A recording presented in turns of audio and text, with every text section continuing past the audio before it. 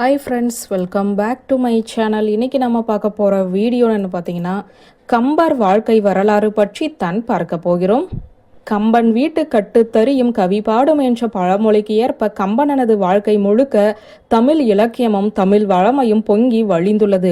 கம்பத்து புகழும் கவி பாடும் திறனும் இன்று வரை தமிழ் மக்களிடையே தொடர்ந்து பேசப்பட்டு வருகிறது. அவரது கற்பனை திறன் மற்றும் கவி பாடும் திறமை ஆகியவற்றை அவரது காலத்தில் இருந்த அனைத்து கவிஞர்களுமே பாராட்டியுள்ளனர். கம்பன் தமிழ் மற்றும் சமஸ்கிருத மொழிகளில் புலமை பெற்று இருந்ததும், மேலும் அவர் தமிழ் மீதும் தமிழ் இலக்கியத்தின் மீதும் அவர் கொண்ட பற்று மற்றும் அவர் தமிழ் மொழிக்காக ஆற்றிய தொண்டினையும் இந்த வீடியோவில் வாருங்கள் பார்ப்போம். கம்பர் கிபி 1180 நாகப்பட்டினம் மாவட்டம் குத்தால வட்டம் திருவழுந்தூர் என்கிற கிராமத்தில் ஆதித்தன் என்பவற்றின் மகனாக பிறந்தவர். கம்பனின் பெயர் அவர் காளி கோவிலின் அருகில் இருந்ததால் கம்பர் என்று பெயர் வந்தது என்று சிலரும், வேறு சிலர் கம்பங்கொள்ளையை காத்து வந்ததால் கம்பன் என்று பெயர் வந்தது என்றும் சிலர் கூறுகிறார்கள்.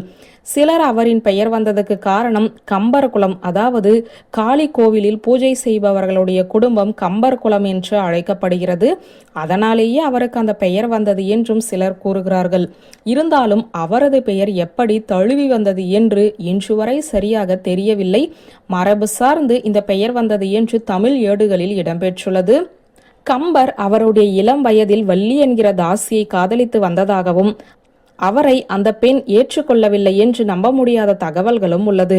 மேலும் அவருக்கு ஒரு மகன் உள்ளதாகவும் அவரது மகன் பெயர் அம்பிகாபதி என்றும் குறிப்பிடப்பட்டுள்ளது. மேலும் அவரின் மகனான அம்பிகாபதி அந்த காலத்தில் இருந்த சோழ மன்னனின் மகளை காதலித்ததாகவும் அதனால் கோபம் கொண்ட சோழ மன்னன் அம்பிகாபதியை கொன்றுவிட்டதாகவும் சில குறிப்புகள் கூறுகிறது.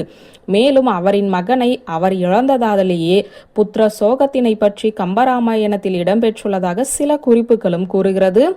ஒற்றன் பரம்பரையில் பிறந்த கம்பர் ஆரம்ப காலத்தில் ஒரு செல்வமிக்க விவசாயி ஒருவரின் அரவணைப்பில் வளர்ந்தார். அந்த காலத்தில் கம்பர் சமஸ்கிருதம் மற்றும் தமிழில் கை தேர்ந்தவராக இருந்தார். அதோடு தனது கவி திறனையும் கற்பனை திறனையும் மெருகேற்றி தன்னை செதுக்கிக் கொண்டார். பிறகு ஏகப்பட்ட பாடல்களையும் கவிதைகளையும் தமிழில் எழுதிய இவர் கவி பாடும் திறனையும் பெற்றார். பிறகு அரசவையில் சென்று கவி பாடி பரிசு பெறுவது மட்டுமின்றி அங்குள்ள சபையை தனது இலக்கிய திறன் மூலம் கவர்ந்து இழுக்கும் திறனை அவர் பெற்றிருந்தார். இது போன்ற அவரின் திறமையை பார்த்த சடையப்ப வள்ளல் கம்பரை ஆதரித்து அவற்றின் தமிழ் திறனை நிலைநிறுத்த மிகுந்த உதவி புரிந்தார்.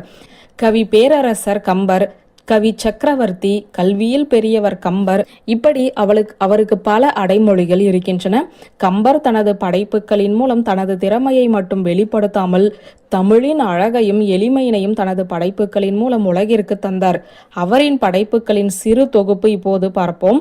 கம்பராமாயணம், சரஸ்வதி அந்தாதி, சடகோபர் அந்தாதி, ஏறு எழுபது, சிலை எழுபது, திருக்கை வழக்கம், மும்மணி கோவை இவை ஆகும். வால்மீகி எழுதிய ராமாயணத்தை தழுவி கம்பர் தனது ராமாயணத்தை எழுதினார். அதுவே கம்பராமாயணம். வால்மீகி எழுதிய ராமாயணத்தில் 24,000 ஈரடிகள் இடம்பெற்று இருந்தன. ஆனால் கம்பர் தனது புலமை மூலம் அதனை எளிமையாக்கி 11,000 சந்தங்களில் தேவைக்கு ஏற்ப இடங்களை மாற்றியமைத்து அதனை முறைப்படுத்தி வெளியிட்டார். இந்த கம்ப ராமாயணத்தை வாசித்த புலவர்கள் கூட கம்பரை தங்களது மனதார வாழ்த்தி அவரின் திறனை கண்டு வியந்தனர். கம்ப ராமாயணத்தில் ராமர் முடிசூடும் வரை மட்டும் கம்பர் எழுதினார். பிற்பாதி ஒட்டக்கூத்தரால் எழுதப்பட்டது என்று ஆய்வுகள் சொல்கிறது. ஈடு இணையற்ற கவிஞராக வலம் வந்த கம்பர் தனது 70ஆம் வயதில் 1250 இயற்கை எய்தினார். 1250 கம்பர் இந்த உலகில் இருந்து மறைந்தாலும் அவரது படைப்புகள் இன்னும் மறையவில்லை. தமிழ் மொழி எவ்வாறு தொன்மையாக உள்ளதோ அதே போன்று கம்பரின் படைப்புகளும் என்றும் நிலைத்திருக்கும் என்பதில் துளி கூட ஐயமில்லை.